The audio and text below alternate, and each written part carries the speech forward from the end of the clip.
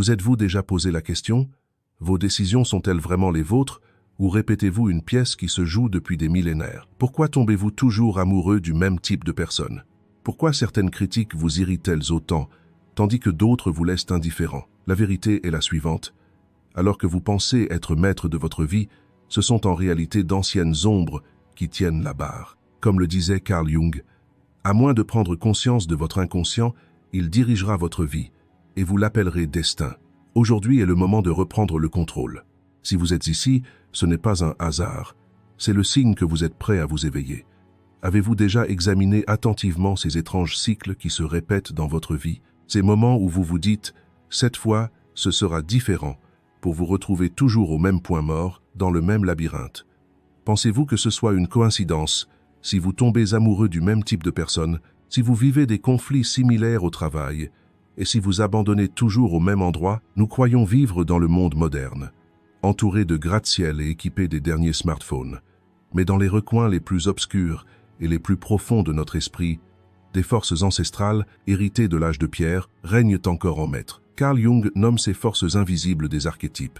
Ce sont des schémas psychologiques, l'héritage commun de l'humanité, l'ADN de notre âme, et, que nous en soyons conscients ou non, ils gouvernent chaque seconde de notre vie comme des marionnettistes. Même en regardant cette vidéo, sous quel archétype êtes-vous influencé? Le sage avide de connaissances, le héros désireux de changer de vie, ou le rebelle qui rejette tout? Selon Jung, ces archétypes ne sont pas de simples concepts, mais les architectes de notre monde intérieur. Or, un problème se pose.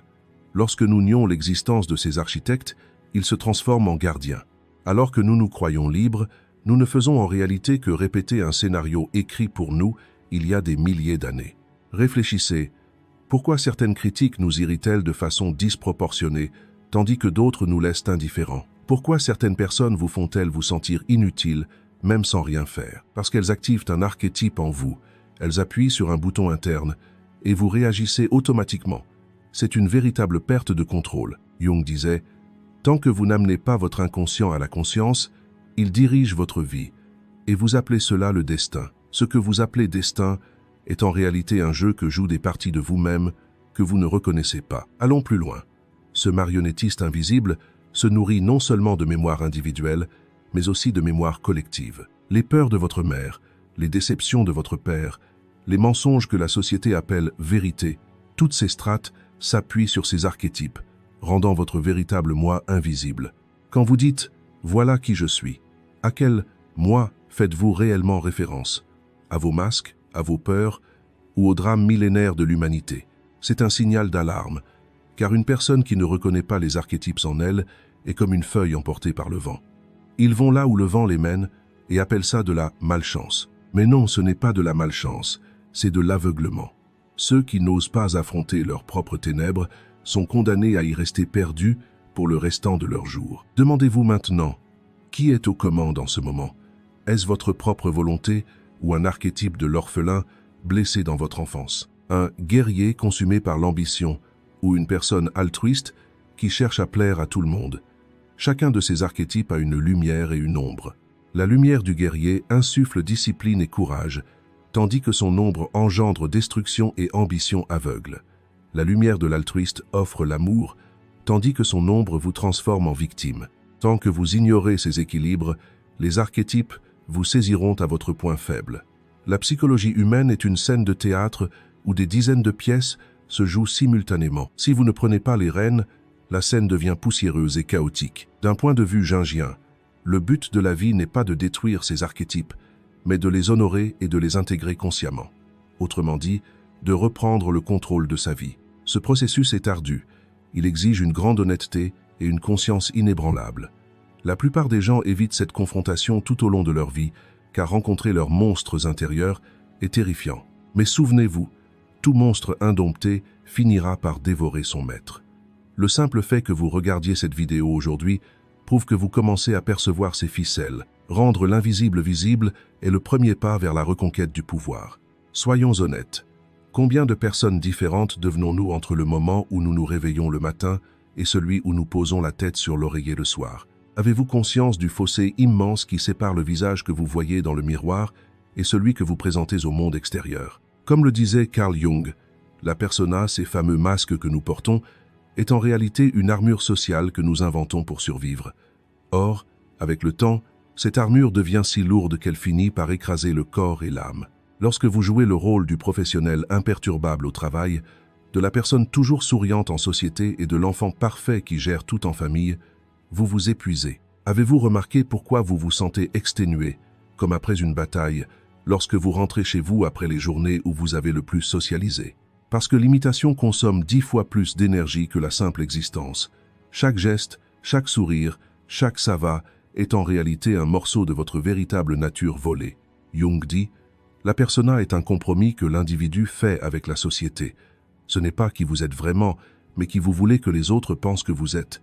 C'est là que commence l'illusion du contrôle. Alors que vous pensez dominer le monde, influencer les autres, ce masque finit en réalité par vous contrôler. Votre masque est si parfait qu'au bout d'un moment, vous en oubliez même le vrai visage qui se cache derrière. Pouvez-vous admettre que ces instantanés de vie idylliques que vous partagez sur les réseaux sociaux ne sont en réalité que des briques posées pour masquer le profond vide qui vous habite? Cette attitude docile que vous adoptez pour plaire aux autres est en fait une trahison de votre propre âme. Être disponible, répondre à tous les appels, satisfaire à toutes les attentes n'est pas une vertu, c'est une prison. Quand on devient tout pour tout le monde, on ne devient rien pour soi-même. La sombre vérité que nous analysons se cache ici même. L'accessibilité excessive tue l'estime de soi. Si vous ressentez une angoisse en écoutant ces lignes, si vous pensez « cela me décrit », c'est un cri de votre véritable nature, caché sous le masque. Ignorer cet appel s'éteint peu à peu. Pour un éveil jungien, cette armure doit d'abord se fissurer. Déposez vos masques devant vous un à un. Lequel vous appartient, lequel vous a été inculqué? Quel masque portez-vous pour les applaudissements de la société et lequel par peur de l'abandon? La véritable force réside dans le courage d'être soi-même en toutes circonstances. Mais nous avons tellement peur du rejet que nous vendons notre âme pour jouer les premiers rôles dans des mises en scène orchestrées par d'autres. Ce n'est pas un échange, c'est une faillite. Approfondissons maintenant. Pourquoi portons-nous des masques? Parce que nous grandissons avec cette peur ancestrale que notre âme nue ne soit pas aimée. La pensée, s'ils voient qui je suis vraiment, ils m'abandonneront. Ce sont les chaînes qui vous condamnent à cette fausse identité. Mais la plus grande leçon de Jung est la suivante. Seuls ceux qui embrassent leur plénitude peuvent être véritablement libres. Si vous êtes arrivé jusqu'ici dans cette vidéo, je sais que vous ne souhaitez plus continuer ce jeu illusoire.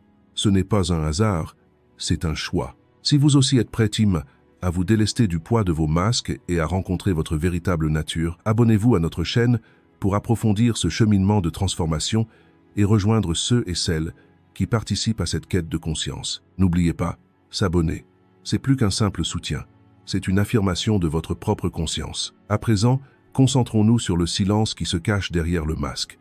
Le silence n'est pas une faiblesse, mais bien la plus grande des forces. Ne pas réagir, ne pas répondre, ne pas s'impliquer dans chaque dispute, voilà les véritables domaines de maîtrise qui émergent lorsque vous retirez votre masque. On peut admirer votre masque, mais on ne peut aimer que votre véritable nature. Ne sacrifiez pas l'amour véritable pour des applaudissements superficiels.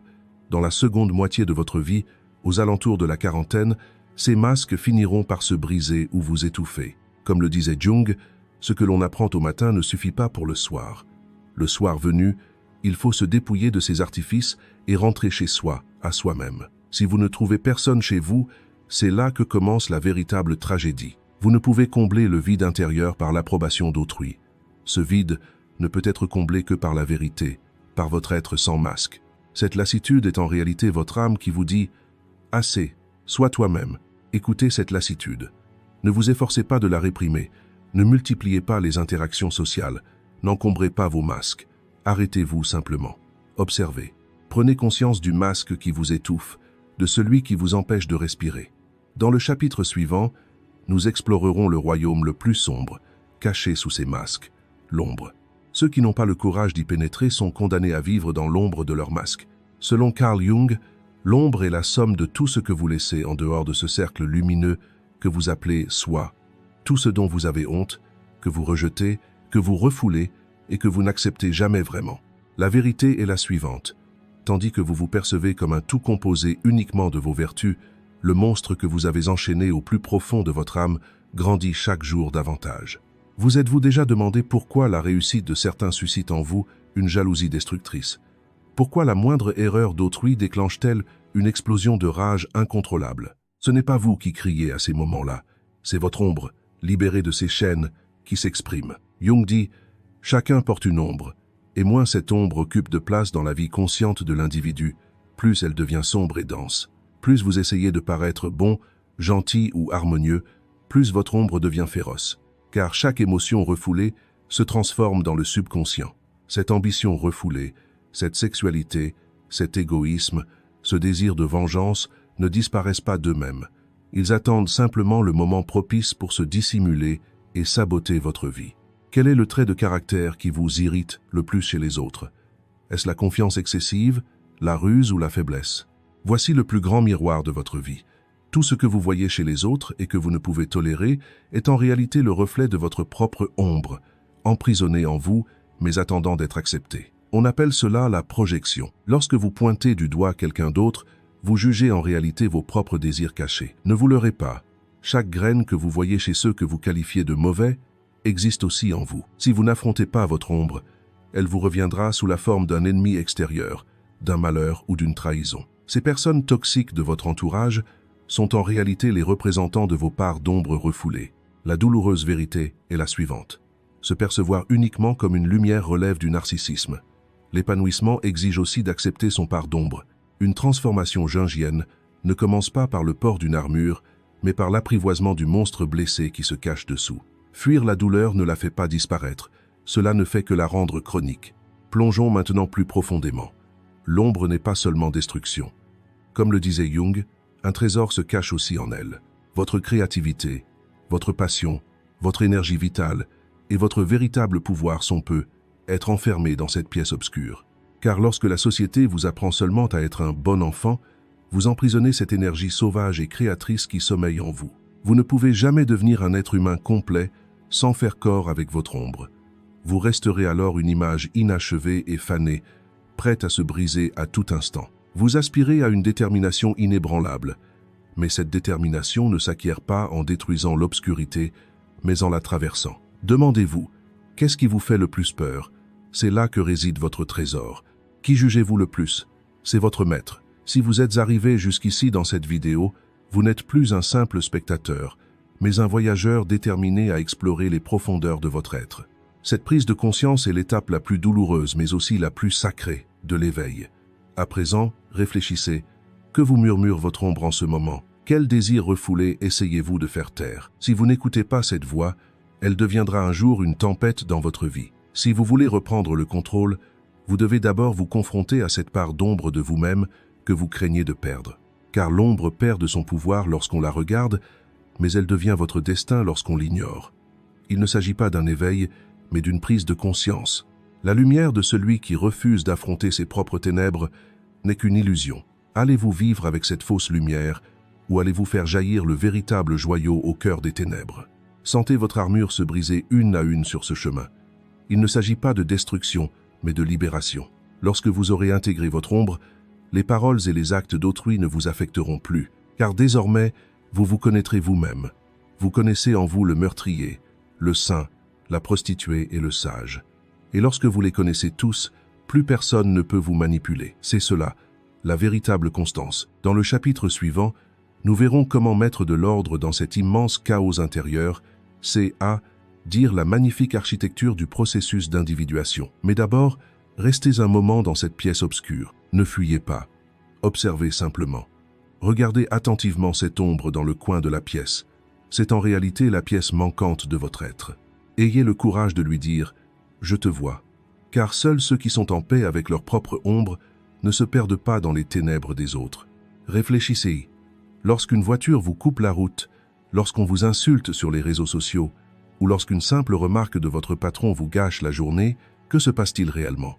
À cet instant, votre volonté est désactivée et des mécanismes de défense millénaires, ces archétypes primitifs, prennent le dessus. Le plus grand secret que Jung a tenté de nous révéler est le suivant. Si vous ne reconnaissez pas les mécanismes à l'œuvre dans votre monde intérieur, chaque événement devient un déclencheur, et vous n'êtes plus qu'une machine à réagir. Réagir n'est pas une preuve de force. Au contraire, c'est la preuve la plus flagrante que le contrôle appartient au monde extérieur. Lorsqu'une personne vous met en colère, Elle devient maître de votre état émotionnel. Vous lui en avez donné la clé. Le véritable pouvoir réside dans la capacité à créer cet espace magique entre l'événement et la réaction. Comme le disait Viktor Frankl, il existe un espace entre le stimulus et la réponse. C'est dans cet espace que résident notre pouvoir et notre liberté. Cet espace est le terreau sacré où naît la conscience au sens jungien, où les pulsions archétypales sont apaisées et où la voix du vrai soi se fait entendre. Vous pensiez peu être qu'en vous blindant, en criant ou en vous mettant immédiatement sur la défensive, vous vous protégiez. Mais en réalité, la blinde ne fait que vous alourdir et vous priver de la force inébranlable qui découle de la souplesse. Imaginez un boxeur. Le maître du ring n'est pas seulement celui qui donne des coups, mais celui qui sait quand se retirer et quand simplement observer. Dans l'arène de votre vie, vos adversaires ne sont pas les événements, mais vos propres déclencheurs intérieurs. Creusons un peu plus loin. Pourquoi réagissons-nous immédiatement? Parce que notre ego, ce fameux masque, a une peur panique d'être ébranlé et de paraître insignifiant. Face à la critique, celui qui crie « Non, je ne suis pas comme ça » est en réalité la voix blessée de votre ego. Cependant, pour une personne qui a fait la paix avec son ombre et reconnu ses archétypes, la critique n'est qu'une information. Elle est soit vraie et constitue une leçon, soit fausse et n'est que du bruit. En aucun cas, elle ne perturbe son équilibre mental. Voilà ce qu'est la constance, la clarté et non une armure. C'est là que le langage du coaching que nous avons analysé prend tout son sens. Lorsque vous cessez de réagir, vos fuites d'énergie cessent. L'énergie considérable que vous dépensez chaque jour à vous justifier, à faire vos preuves et à mener des guerres numériques contre l'injustice est en réalité le carburant nécessaire à votre processus d'individuation. Lorsque vous apprenez à vous recentrer, le tumulte du monde ne peut plus vous atteindre. Soyez comme une montagne. Le vent peut la frapper, la pluie peut l'emporter, mais elle ne bougera pas. Vous, en revanche, êtes comme une feuille emportée par le vent, ballottée dans une direction différente à chaque rafale. C'est à dire à chaque nouvel événement. Ce n'est pas la vie, c'est la dérive. Selon Jung, l'éveil commence par la prise de conscience de cette dérive. Pourquoi suis-je si en colère en ce moment? Cette colère m'appartient-elle vraiment? Ou est-elle le reflet d'une blessure passée? Dès l'instant où vous pouvez vous poser cette question, vous commencez à couper les ficelles du marionnettiste. Les gens craignent votre silence, car le silence est le signe le plus clair qu'une personne n'est plus manipulable. C'est pourquoi l'inaccessibilité et la définition de limites sont importantes. Une personne qui répond à chaque appel, se lance dans chaque dispute et réagit à chaque provocation est, en réalité, spirituellement ouverte et vulnérable à l'exploitation.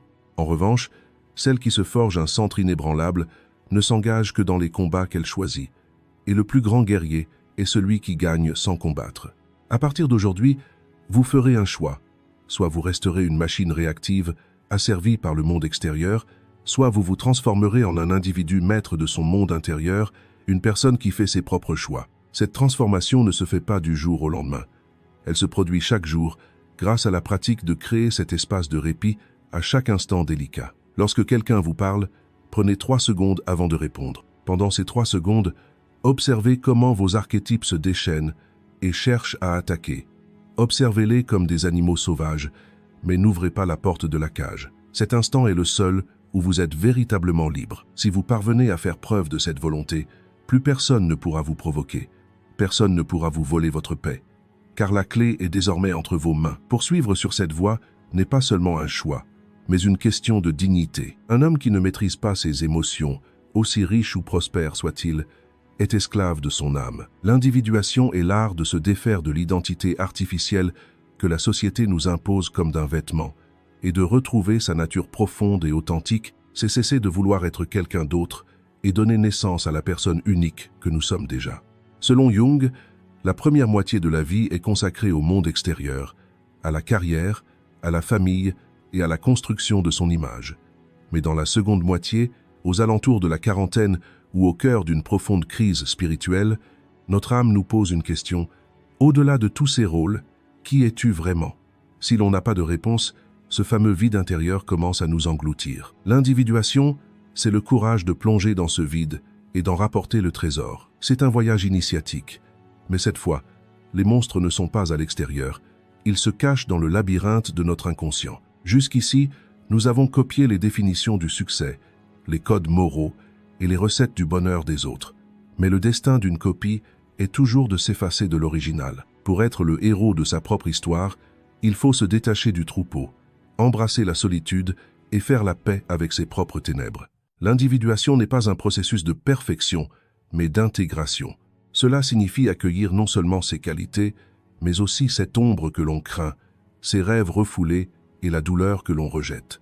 Jung disait « Si les branches d'un arbre veulent atteindre le ciel, ses racines doivent plonger jusqu'aux profondeurs de l'enfer.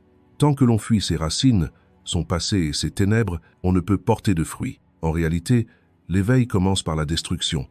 Le vieux moi, ce faux ego, doit être détruit pour que le véritable soi puisse émerger. C'est une renaissance, et toute renaissance est douloureuse. Mais cette douleur n'est pas une fin, mais un commencement.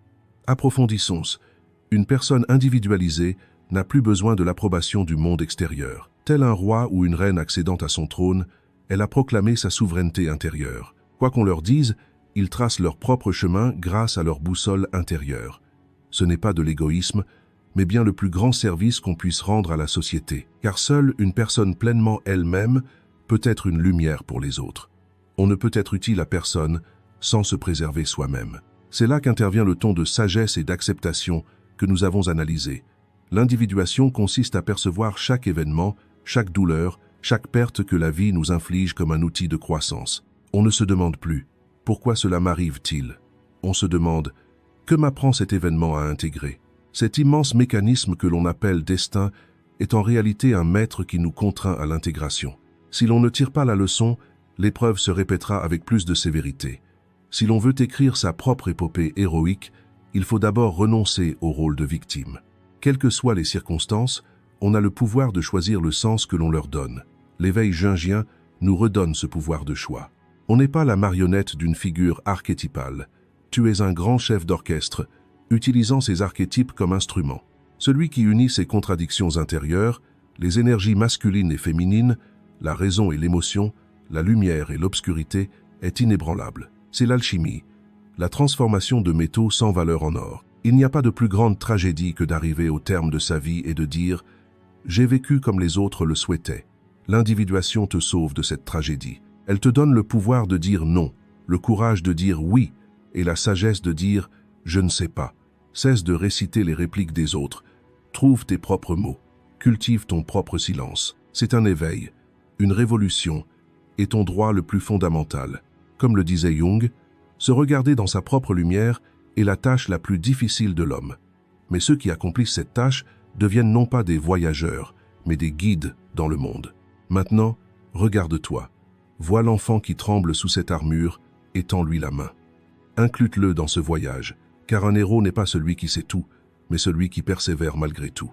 Chaque pas que vous faites sur le chemin de l'individuation éclaire un peu plus la conscience collective. Quand vous guérissez, le monde guérit. Quand vous êtes vous-même, vous permettez aux autres de l'être aussi. C'est une réaction en chaîne, et vous pouvez la déclencher dès aujourd'hui. Êtes-vous prêt à écrire votre propre légende? Car la scène est à vous. Les projecteurs sont braqués sur vous, et le rideau est sur le point de se lever. Maintenant, prenez un instant pour vous concentrer sur la strate la plus profonde et la plus silencieuse de votre esprit, ce vide ancestral où même les mots n'existaient pas encore. Car la véritable transformation ne commence pas par des slogans tapageurs, mais par un léger changement dans le silence profond de l'âme. Le plus grand héritage de Jung est que l'homme n'est pas seulement un être défini par ce qu'il voit et sait, mais plutôt gouverné par la vaste partie obscure de l'iceberg qui se cache sous la surface. Vous avez essayé de changer le monde extérieur, de contrôler les autres ou d'ordonner votre vie. Mais vous n'avez pas compris que chaque chaos extérieur est le reflet d'un nœud intérieur non résolu. Votre inconscient continue de s'abattre sur votre vie comme un destin extérieur, à chaque seconde où vous refusez de l'admettre. Pourtant, lorsque vous oserez plonger dans cet océan obscur, vous verrez que les monstres que vous craignez ne sont que des fragments blessés de vous-même, qui attendent votre attention et votre amour. C'est l'alchimie, le chemin ardu mais glorieux qui mène de l'âme à l'état brut alors pur. La force inébranlable naît de la transformation de ses propres ténèbres en énergie, car plus rien ne peut vous blesser de l'extérieur. Vous avez déjà fait la paix avec votre pire ennemi intérieur, vous vous êtes assis à sa table et vous l'avez métamorphosé en allié. La véritable liberté ne consiste pas à se détacher du monde extérieur, mais à mettre fin à cette guerre intérieure incessante. Lorsque vous faites la paix avec vous-même, le monde cesse de vous combattre. Il ne s'agit pas d'un éveil, mais d'un souvenir. Ce souvenir de qui vous êtes, de votre raison d'être et du sens unique que vous portez dans cet immense univers. Comme le disait Jung, celui qui regarde à l'extérieur rêve, celui qui regarde à l'intérieur s'éveille. Vous êtes désormais ceux qui se sont éveillés du rêve, qui ont levé le voile et qui poursuivent leur propre vérité. Il n'y a pas de retour en arrière possible sur ce chemin, car une âme qui a goûté à la plénitude ne se contentera plus jamais du faux confort de la fragmentation. Ce centre inébranlable que Carl Jung a recherché toute sa vie a toujours été là, simplement recouvert par le tumulte du monde extérieur, les exigences incessantes de votre personnalité et les tempêtes chaotiques des archétypes. Aujourd'hui, vous avez levé ce voile de vos propres mains. Être arrivé jusqu'ici ne signifie pas seulement avoir regardé une vidéo. Cela signifie que vous avez trouvé la clé du royaume caché au plus profond de votre âme, que vous avez extrait une perle des eaux obscures de votre inconscient. Vous savez maintenant que ce qui vous gouverne, ce ne sont pas les événements extérieurs, mais leur impact sur votre monde intérieur. Vous savez maintenant que votre colère n'est pas une faiblesse, mais le signe avant-coureur d'un dépassement des limites. Votre peur n'est pas une fuite, mais l'ombre du courage qui ne demande qu'à être découverte. Être un individu jungien, ce n'est pas être parfait, c'est être honnête. Nul ne peut effrayer celui qui a fait la paix avec ses propres ténèbres. Nul ne peut manipuler celui qui a construit son propre silence. Aujourd'hui, vous êtes là, refusant d'être un simple figurant dans votre propre vie, choisissant d'en être à la fois l'auteur et l'acteur principal. Il ne s'agit pas d'une question d'ego, mais de dignité spirituelle. Posez-vous cette question. Quelle vie avez-vous vécue jusqu'à présent? Celle des attentes de votre mère, des rêves de votre père, ou celle des carcans que la société vous a imposés? Il est temps de vous libérer de ces fardeaux. La souveraineté ne consiste pas à dominer autrui, mais à être maître de vos propres sentiments, pensées et réactions. Vous n'êtes plus seul sur ce chemin, car chaque personne qui trouve son équilibre est liée à d'autres âmes éveillées par un lien invisible. Le reste de votre vie se transformera à chaque pas que vous ferez avec cette conscience. Vous n'êtes plus victime de cycles tragiques, mais voyageur sur la voie de la sagesse. Vous avez ôté vos armures, car vous comprenez maintenant que le véritable pouvoir réside dans la clarté, la sincérité et surtout votre propre intégrité. Quelle que soit la violence de la tempête extérieure, aucune vague ne peut couler un navire qui a bâti son havre intérieur. Comme le disait Jung, quiconque ose sonder les profondeurs de son âme y trouvera la signature de Dieu. Vous avez reconnu cette signature. Portez désormais cette connaissance non comme un fardeau, mais comme un flambeau. Éclairez les zones d'ombre et soyez un miroir pour les autres. Il ne s'agit pas d'une simple analyse psychologique. Il s'agit de votre victoire existentielle. Vous ne réagissez plus, vous choisissez. Vous ne fuyez plus, vous embrassez. Vous ne vivez plus, vous existez. Il n'y a pas de retour en arrière après cet éveil. Ceux qui ont vu une fois ne peuvent plus feindre l'aveuglement. Le moment est venu de sceller cette profonde transformation et de ressentir de tout votre être que vous êtes au centre de votre propre univers. L'avenir appartient à ceux qui écoutent leur voix intérieure. Vous avez entamé la plus grande révolution de votre vie, la révolution de la réalisation de soi. Félicitations. Ceci conclut cette vidéo. Si vous souhaitez nous soutenir financièrement, vous pouvez devenir membre en cliquant sur le bouton « Rejoindre ». Merci.